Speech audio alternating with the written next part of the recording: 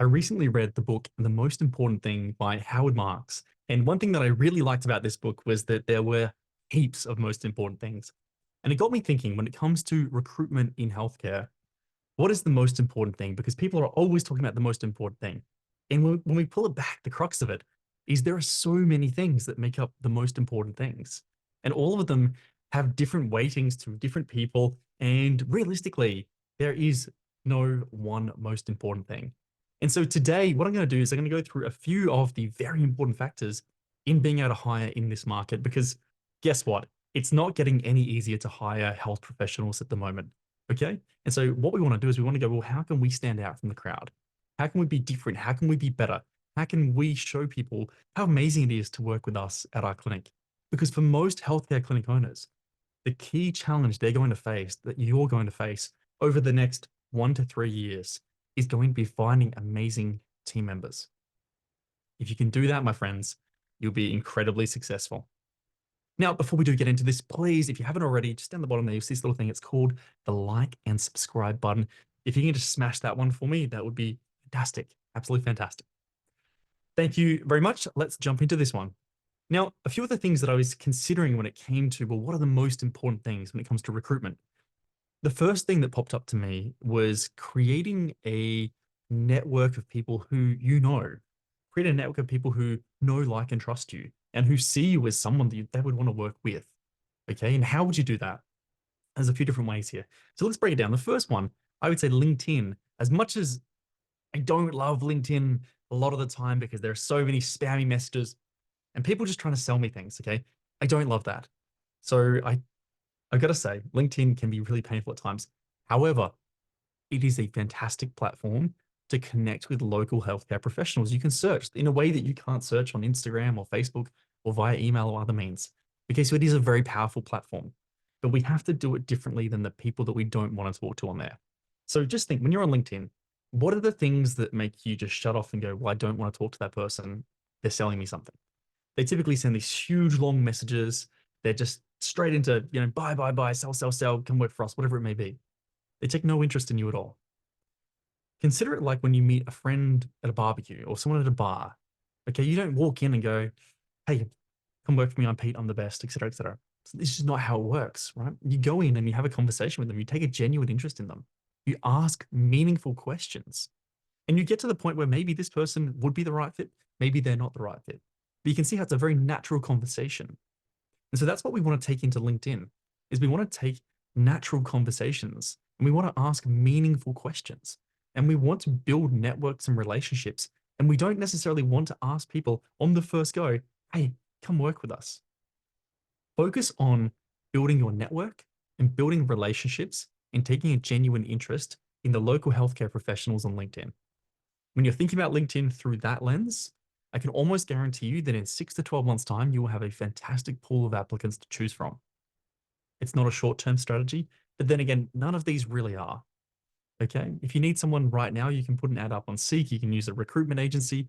But at the end of the day, you need to start building long-term recruitment pathways. And the best time to build them was last year. And the next best time is right now. So starting that now is key to achieving your goals. Now, another way that we can look at, or another thing that's really important for recruitment is our brand. And in particular, I'm going to focus and narrow in on your website here. When someone lands on your website, what do they see? What does it look like to them? What sort of clients do you work with? Are there stock photos? Are there real photos? Can they get a feel of the vibe? Do you clearly articulate your values, your mission, and your vision? Okay.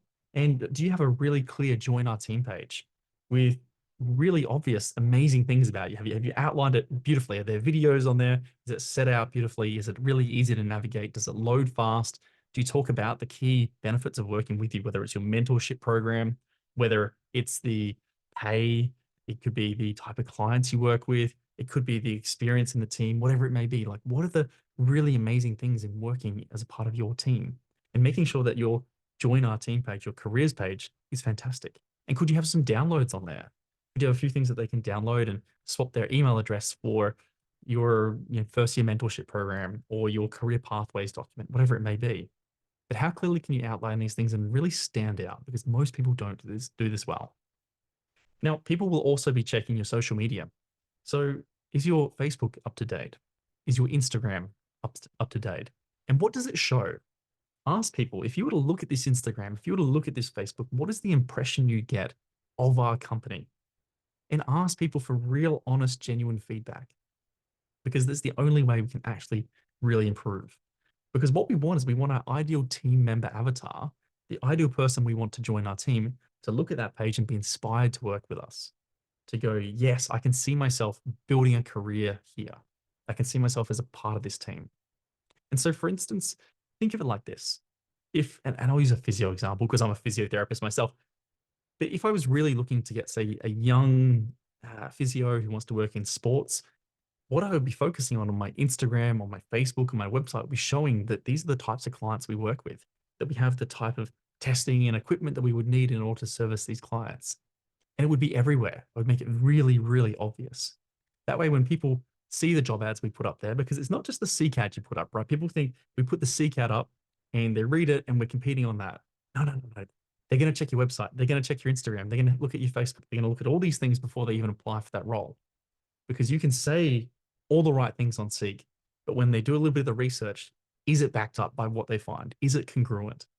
And I'll put my hand up and say for a long time, ours wasn't congruent. And we were lucky that it was much easier to hire back then. But these days, you do have to really be looking for what are those 1%ers? How can you be a little bit better? What is the impression that each of those avenues, each of those parts of your brand give off to ideal team members? So keeping that in mind. And then the other thing to think about when it comes to hiring and what you could be looking at the moment are Instagram ads. Now, Instagram ads are a great way to meet people from an educational standpoint. So they're not searching for you necessarily, but you're meeting them where they are. And if you're looking for someone between the age of, say, 25 and 40, Instagram is probably the place to be. And what would I do? What would I do to reach out to these people? I would be looking at how can we solve a problem that they may have and then that they are aware of.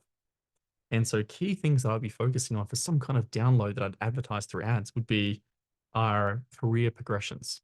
And we could focus in this on paid progressions. And we could also focus on responsibility and moving up the ladder and changing your roles.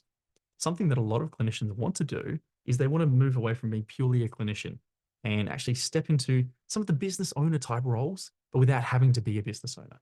Now, lots of clinics don't really offer this in a meaningful way. So can you offer this in a meaningful way? If you're wanting to get senior therapists, that is where I would be focusing. All right, my friends, I don't want to make this too long, but hopefully that has got you thinking of a few different ways you can be engaging with ideal potential team members. Thinking about what is your brand? How is it being shown out there? Actually asking people that you know for real, open, honest feedback, because that's what you're going to need to take your recruitment game to the next level. All right, my friends, hit me up in the comments if you have anything at all, and I will see you in the next video.